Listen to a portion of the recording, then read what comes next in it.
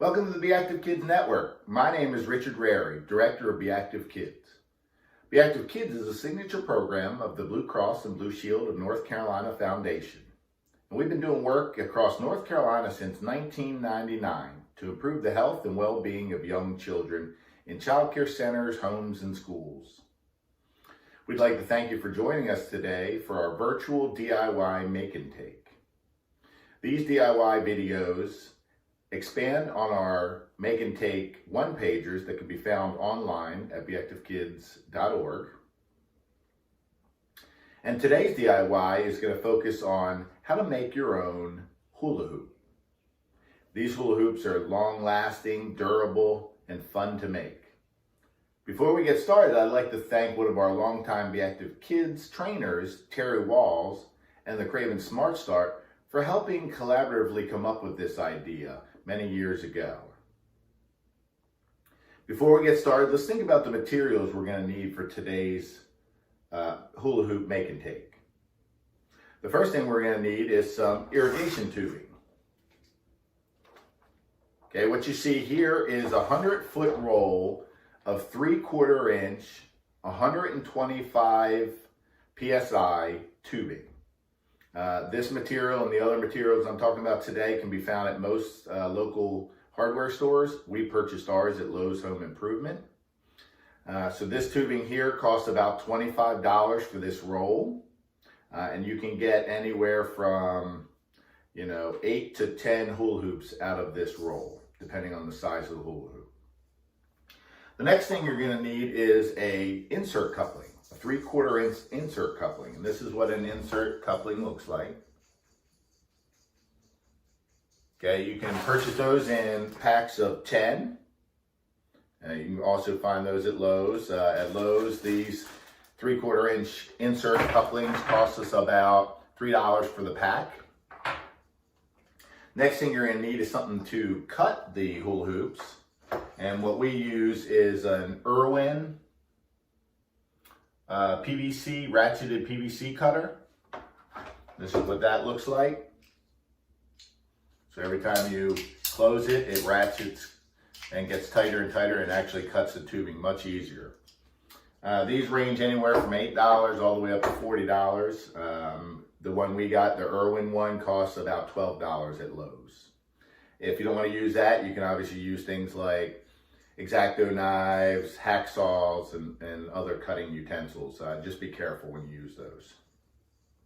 The next thing you may want is material to put inside your tubing. You don't need to put anything in your tubing. You could use it without inside material, but we like to sometimes add some auditory stimulation and some challenge. So what we might like to use are things like dried rice or maybe some dried beans.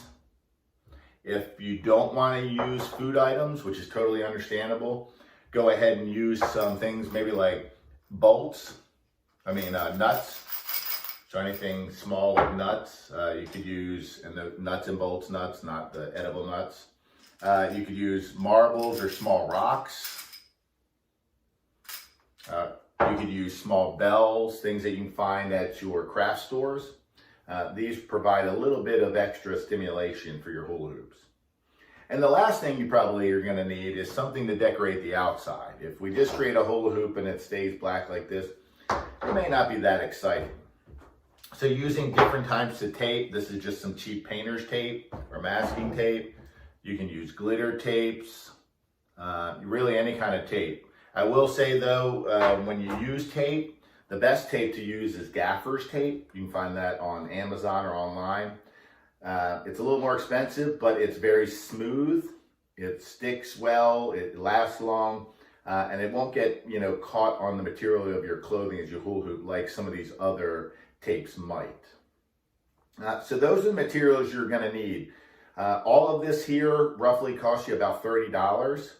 So again, depending on the size of your hoop, let's say today we're going to make 10-foot hoops, you're looking at the cost of about $3 a hula hoop, which this is one of the cheapest hoops you're ever going to find, and it's going to last probably 100 times longer than the ones that you'll find at local Walmarts or other stores. So I'd recommend go ahead and trying this out first. So let's get started. First thing, let me put this away because we're not actually going to cut out of this big roll. I saved us some time. But what you want to do is you want to measure about how long of a piece of hula hoop you want from that tubing. As I said earlier, you may want to vary the size based on the child, whether it's a child or an adult, or how old the child or how tall the child is. We typically recommend that the younger the child, you want to look at, probably a younger child wants to look at probably an 8-foot to 10-foot hoop. And then for somebody older, an adult, you want to look at probably an 11 to 14-foot hoop.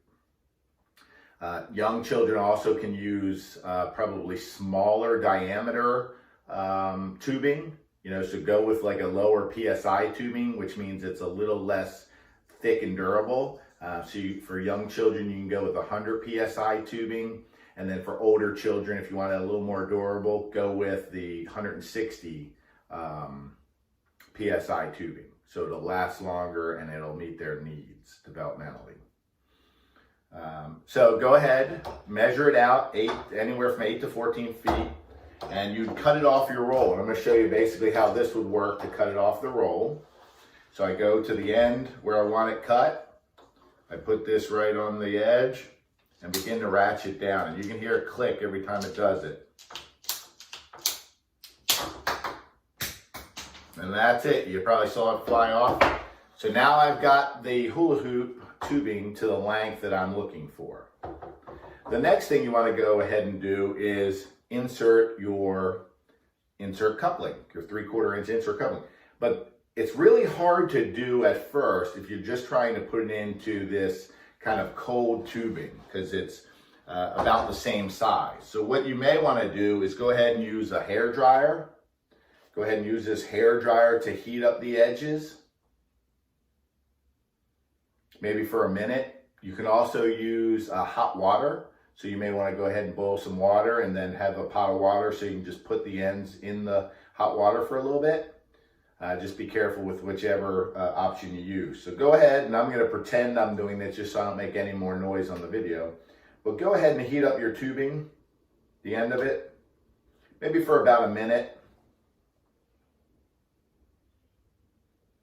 so that it softens up a bit.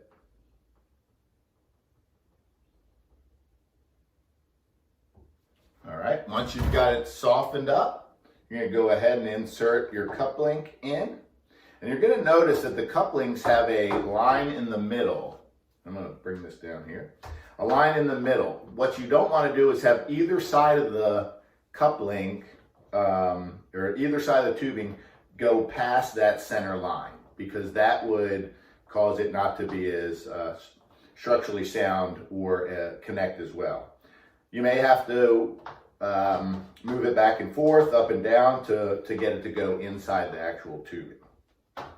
Okay, so once you have it about there, the next thing you want to do, if you're deciding to add some auditory stimulation, you can go ahead and put some items inside your hula hoop. So for today, I'm going to use the bolts, or the nuts I mean, just because they're easy. I'm going to go ahead and put them on one end, and it's easier to put them in the end that does not have the coupling. The coupling will also help prevent some of these things from rolling out if you turn your hula hoop. So again, I'll put a few in there. All right. So now what you may be able to hear if I shake it, now your hula hoop can make some noise, which can be stimulating for children. So now that you've got your materials inside there, you go ahead and put both ends together, put the other side of the coupling inside the other side of the tube and push them together. Again, you may have to wiggle them up and down.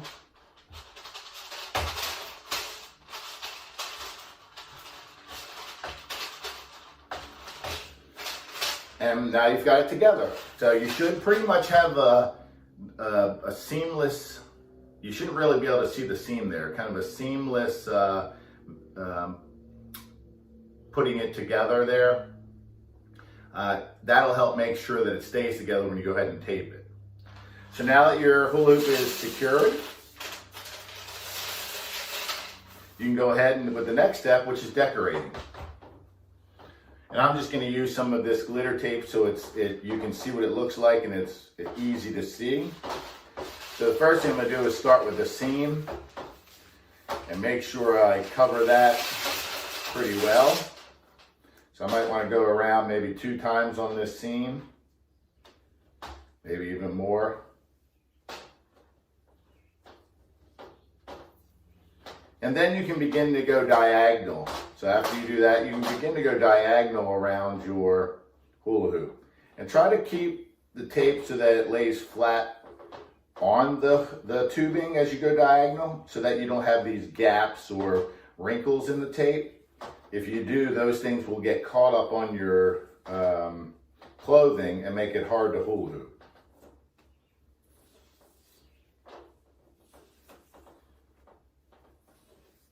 Again, you could use kind of clear masking tape and then use markers to color it. You can paint it to some extent. That may also, though, get some of that paint on your clothing if it doesn't dry properly. All right, so here's an example of maybe one color I put on there first. Then maybe again I want to come and use a different color, and I can either overlap those colors or I can continue on. And I'm just going to continue on for us today.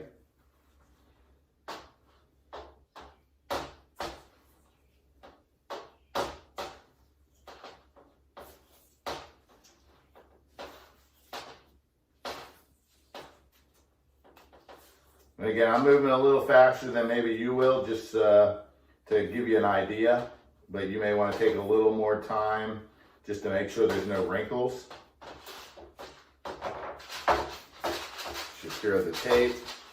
And then again, now you have a little bit of difference, a little more decoration. And now you have a completed hula hoop. So now you can start having fun. So here's one example. Let me show you 2 other examples we've done in the past. Okay, so these have different types of gaffer's tape on it. You can maybe notice, I'm not sure if you noticed in the video or not, these are a little thinner, so these are actually the lower PSI hula hoops. These are probably closer to 100 PSI. And you notice that all 3 of these hoops that I've just made are all different sizes. Again, I think many times when we buy a hula hoop at a store, we typically want to go ahead and buy the smaller ones for smaller kids, but those are actually much more difficult for the children to actually hula hoop with. So again, starting with something bigger, 8 to 10 feet, will help make sure that the children are more successful in hula hooping. You can also use hula hoops for many different other purposes to get kids physically active and develop motor skills.